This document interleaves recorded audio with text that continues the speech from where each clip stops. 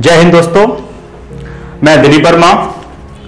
आप सभी का मेरे YouTube चैनल ऑपरेशन क्लासेस में बहुत बहुत स्वागत है और मुझे आशा है आप सब ठीक होंगे।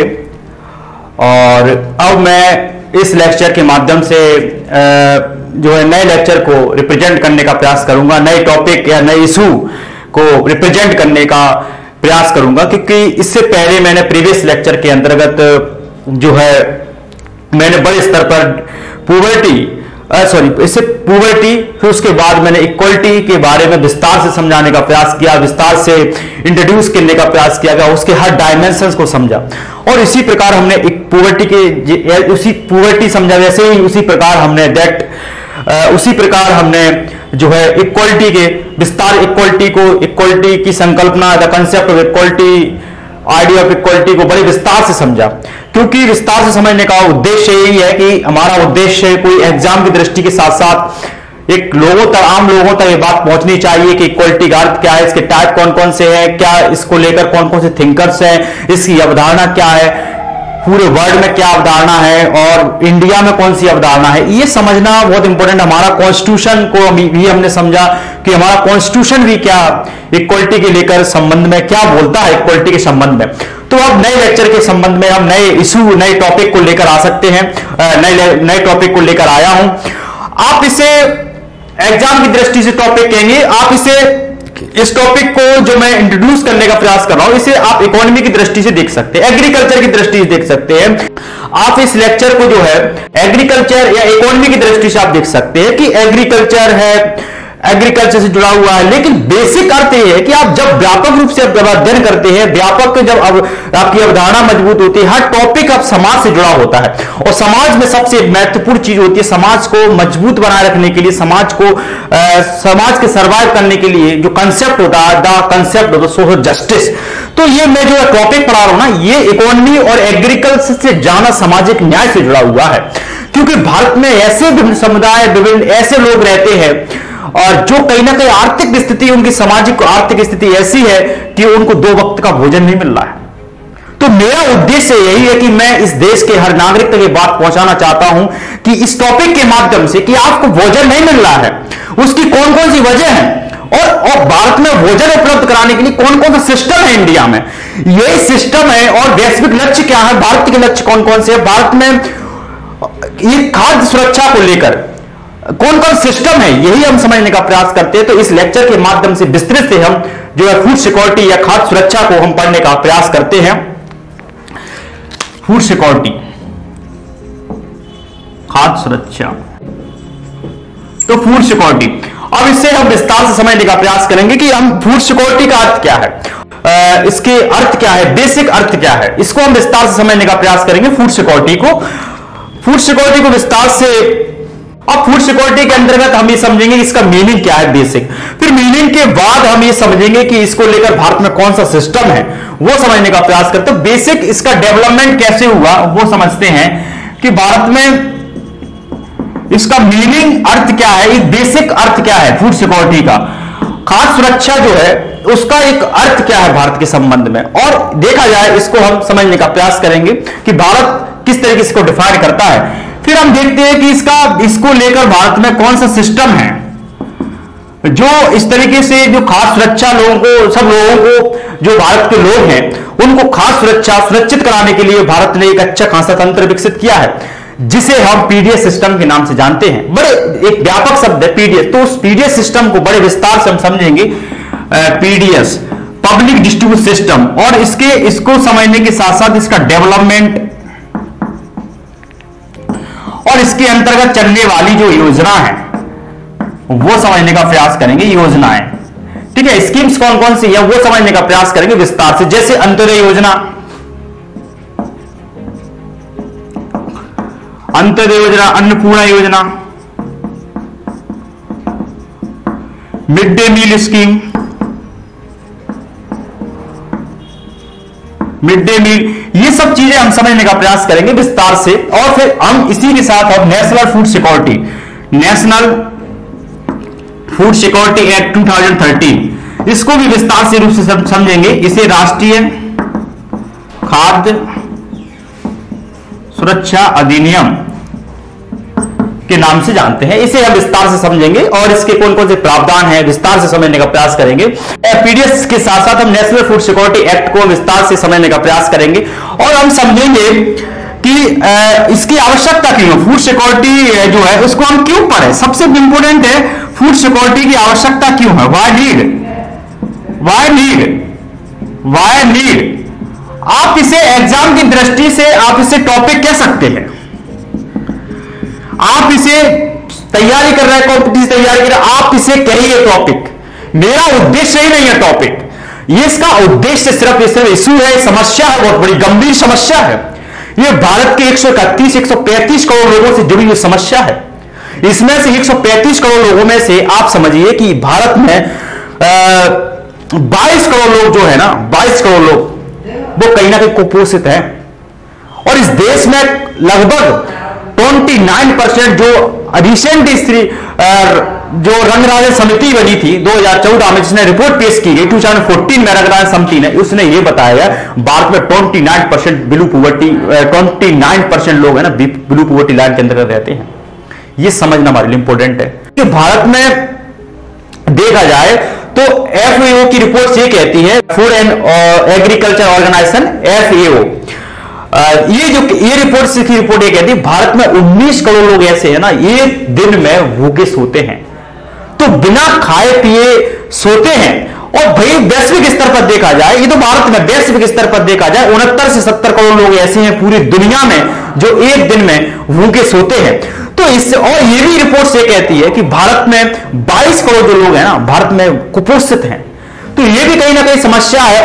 और भी रिपोर्ट से कहती है, नेशनल फैमिली हेल्थ सर्वे है, वो कहीं ना कहीं उसमें ये कहा था कि 4500 बच्चे जो है भारत में वो भूख से मर जाते हैं भारत में, और भूख से कुपोषण से मरते हैं। एक दिन में कम लगभग 4500 बच्चे यानी कि 4500 बच्चे जो है एक दिन में भूख और कुपोषण से मर जाते हैं। तो ये भी हमारे लिए समस्या है। आप इसे टॉपिक कहिए, लेकिन बेसिक रूप से देखा जाए तो ये गंभीर समस्या है और ये चुनौती है, एक मुद्दा है, इशू है।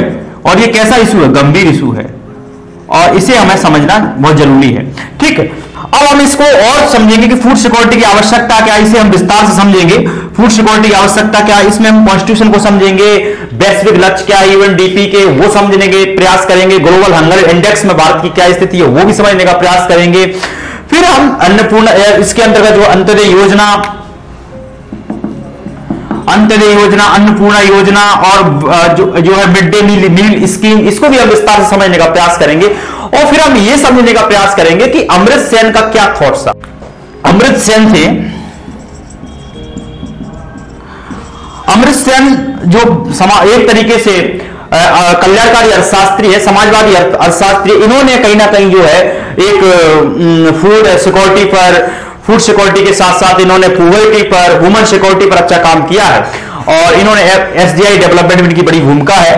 तो इनका ये कहीं ना कहीं इनकी थॉट्स को पढ़ेंगे, और एक इनके थॉट्स को पढ़ेंगे क्योंकि इनके थॉट्स फूड सिक्योरिटी से रिलेटेड हैं। तो पॉवर्टी पर, मल न्यूट्रिशन पर, भूखमरी पर, कुपोषण पर इनके कौन कौन से थॉट्स हैं वो समझने का प्रयास करेंगे विस्तार से। ठीक, अब जैसे फूड सिक्योरिटी, जैसे पीडीएस सिस्टम पढ़ रहे हैं, तो पीडीएस सिस्टम में ही जैसे FCI है, तो FCI है फूड कॉर्पोरेशन ऑफ इंडिया। तो इसको भी विस्तार से इसकी भी कार्य, इसकी भूमिका को भी समझने का प्रयास करेंगे, क्योंकि इसके रोल को भी समझने का प्रयास करेंगे कि इस पीडीएस को संचालन करने में FCI की क्या भूमिका है, FCI किस प्रकार भूमिका निभाता है, कैसे फंक्शन करता है, कैसे कार्य करता है। तो ये भी कहीं ना कहीं इसको भी हम बड़े स्तर पर इसको हम विस्तार से समझेंगे कि इसके भी फंक्शन को समझेंगे FCI को। फिर हम जो फूड सिक्योरिटी से रिलेटेड भारत में कुछ समस्या है, कुछ चुनौतियां हैं, जैसे फूड सिक्योरिटी से रिलेटेड भारत में फूड सिक्योरिटी से लेकर भारत में समस्या है, वो समस्याओं को समझने का प्रयास करेंगे। जैसे लीकेज है, बहुत सारे डायवर्जन है, करप्शन है, और ये सब समझने का प्रयास करेंगे। और विस्तार से समझेंगे और फिर हम ये समझते हैं इसके साथ साथ फूड सिक्योरिटी के अंतर्गत जो है फूड सिक्योरिटी से जुड़ी हुई समस्या चुनौतियों का भी समझेंगे। तो इसमें लीकेज है, बहुत सारे लीकेज होता है। जैसे होता क्या है, एफसीआई खाद्यान्न जब खरीदती है मंडियों से एमएसपी प्राइस पर किसानों से, तो जब वो उसके एफसीआई की गोदामों में जाता है, बफर स्टॉक में जाता है, वेयर हाउस में जाता है, तो जब अनाज वहां पर जाता है तो वो कोई ना तो वहां पर लीकेज हो जाता है। वो वहां पर जो उचित मूल्य की दुकानें हैं, वितरण केंद्र जो बने हुए हैं, फेयर प्राइस शॉप्स बनी है जो जहां पर खाद्यान्न मिलता है लाभार्थियों गरीबों को, तो वहां तक पहुंचने में काफी लीकेज हो जाता है और आधा जो अच्छा अनाज होता है वो बजा मार्केट में बेच दिया जाता है अधिकारियों द्वारा और निम्न गुणवत्ता वाला जो है मिलावट वाला अनाज ले लेते हैं और वो जो है वितरण जो है उचित मूल्य की दुकानों फेयर प्राइस शॉप्स पर जो है उसको जो है वहां पहुंचा दिया जाता है।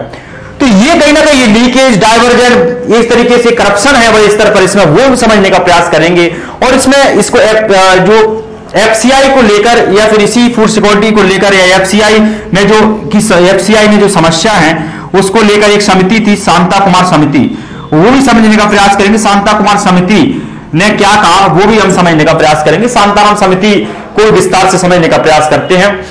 अब इन चीजों को विस्तार से समझेंगे कि भारत में पीडीएस सिस्टम क्या है, इसमें जैसे फूड सिक्योरिटी का अर्थ क्या है भारत में, और पीडीएस सिस्टम है तो पीडीएस सिस्टम भारत में कैसे काम करता है, इसका डेवलपमेंट कैसे हुआ, ठीक है, इसमें बड़े विस्तार से इसको समझने का प्रयास करेंगे। इसके साथ साथ हम थोड़ा हरित क्रांति को भी जोड़ देंगे, इसमें हरित क्रांति को समझेंगे।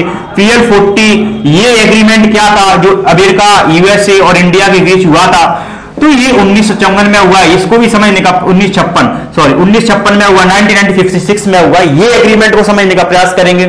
ठीक, थोड़ा हरित क्रांति को भी समझने का प्रयास करेंगे और इसमें एक जैसे पीडीएस सिस्टम के अंदर चलने वाली योजनाओं में अन्नपूर्णा योजना है और अंत्योदय योजना है, अन्नपूर्णा योजना है, मिड डे मील स्कीम है और एक स्कीम और है इंटीग्रेटेड चाइल्ड डेवलपमेंट सर्विस। इसको जो है 1975 में इसको स्टार्ट किया गया था इंदिरा गांधी के द्वारा, भारत की सम्मानीय प्रधानमंत्री हैं और बहुत ही उनका बड़ा योगदान है खाद्य सुरक्षा को लेकर, उनको भी समझने का प्रयास करेंगे। उन्होंने बड़ा काम किया है। तो एकीकृत बाल विकास सेवाएं हैं उसको भी समझने का प्रयास करेंगे। प्रधानमंत्री मातृ वंदना योजना के साथ वो भी समझने का प्रयास करेंगे और फिर नेशनल फूड इन योजनाओं के साथ साथ स्कीम के साथ साथ जो संचालित होती हैं एकीकृत रूप से, नेशनल फूड सिक्योरिटी एक्ट ये इंपोर्टेंट है क्योंकि नेशनल फूड सिक्योरिटी एक्ट जो है ये एक्ट बन गया। पहले क्या थी, खाद्य सुरक्षा या लोगों को खाना भोजन उपलब्ध कराना राज्यों की दया पर निर्भर करता था। राज्य दे या ना दे, जहां पर भूखे लोग हैं, भुखमरी से पीड़ित हैं लोग, खाद्यान्न संकट से लोग प्रभावित हैं, तो राज्य वहां पर जो है ऐसा काम कर सकता है, बीमारी जो है उनकी भूख मिटाने के लिए, खाद्यान्न फूड क्राइसिस को मिटाने के लिए, लोगों को खाद्यान्न उपलब्ध कराने के लिए, तो अनाज उपलब्ध कराने के लिए प्रयास कर सकते हैं। कल्याणकारी उपागम था। लेकिन ये नेशनल फूड सिक्योरिटी एक्ट 2013 में आया, इसमें अमृत सेन इसको बनाने में अमृत सेन साहब का बड़ा योगदान है और इसके तहत क्या हुआ कि अब लोगों को भोजन का अधिकार मिल गया और भोजन का अधिकार मिल गया कि अब राज्य सरकार दया करना वाली बात नहीं है।